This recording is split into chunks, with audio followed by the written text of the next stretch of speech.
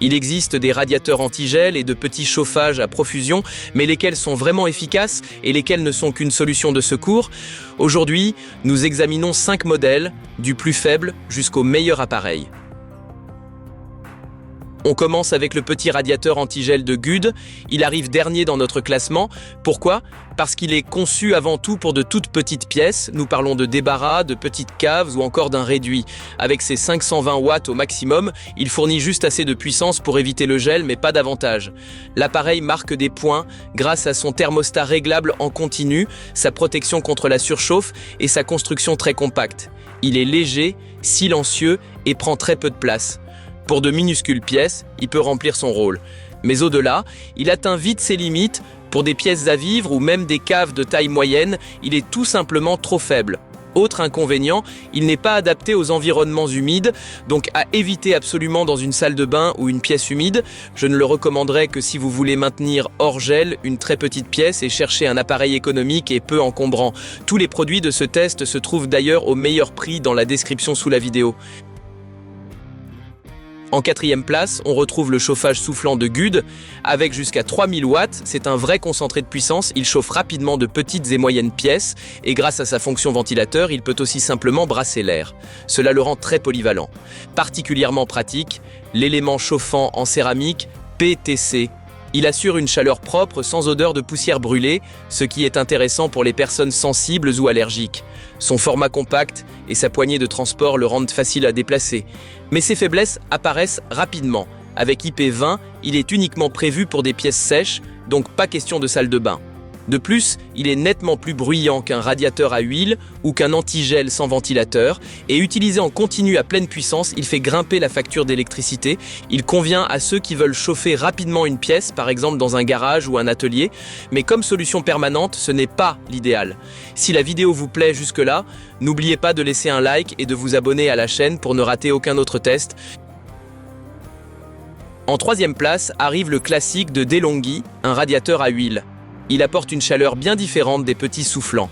Avec ses 9 ailettes, il diffuse la chaleur lentement et uniformément, et même une fois éteint, il reste chaud un long moment grâce à l'huile. C'est ce qui le rend agréable pour les pièces de vie. La fonction anti-gel est pratique, vous le réglez, et il empêche efficacement la pièce de trop refroidir. Grâce à ses roulettes et sa poignée, il se déplace assez facilement malgré son poids. Son inconvénient est évident, avec plus de 12 kg, il est lourd, et il manque de fonctionnalités modernes comme un minuteur ou une télécommande. De plus, il n'est pas adapté à la salle de bain. Comparé au petit chauffage en céramique, il est plus encombrant et chauffe plus lentement. Il est parfait pour ceux qui recherchent une chaleur constante sur la durée et peuvent sacrifier un peu de place. Pour un salon ou une chambre, c'est un bon choix si la rapidité n'est pas la priorité. En 2e place, le petit chauffage en céramique de Rowenta. Il est particulièrement intéressant parce qu'il fait partie des rares appareils de sa catégorie à être protégé contre les éclaboussures d'eau. Avec IP21, il est en effet autorisé pour la salle de bain, ce qui le rend très polyvalent. Avec jusqu'à 2000 watts et 2 niveaux de chauffe, il est assez puissant pour des pièces moyennes et grâce au mode Eco, il est économe. Il dispose aussi d'une fonction ventilateur pour faire circuler l'air en été. Sa taille compacte et son poids léger le rendent facile à transporter. Bien sûr, il a ses limites, seulement une commande mécanique, pas d'écran ni de télécommande. De plus, pour de grandes pièces mal isolées, sa puissance peut sembler un peu juste. Comparé au modèle numérique, il paraît plus basique, mais c'est justement cette simplicité qui fait son intérêt.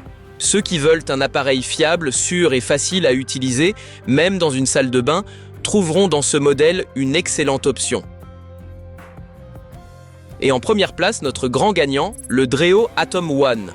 Ce petit appareil montre à quel point les chauffages soufflants modernes peuvent être performants. Thermostat numérique, télécommande, minuteur, oscillation, beaucoup de confort dans un format très compact. La puissance est suffisante pour des pièces petites à moyennes et grâce au mode Eco, il ajuste automatiquement la puissance à la température ambiante. Avec un niveau sonore d'à peine 37 décibels, il est extrêmement silencieux. L'oscillation à 70 degrés assure une chaleur bien répartie. Bien sûr, il a aussi de petites faiblesses, il n'est pas adapté aux pièces humides et en mode Eco, il peut s'allumer et s'éteindre assez souvent. Mais comparé à tous les autres appareils de cette liste, il offre la technologie la plus moderne et le meilleur confort. Pour tous ceux qui recherchent un chauffage polyvalent, silencieux et sûr, avec des fonctions modernes et un format compact, le Dreo est le choix idéal.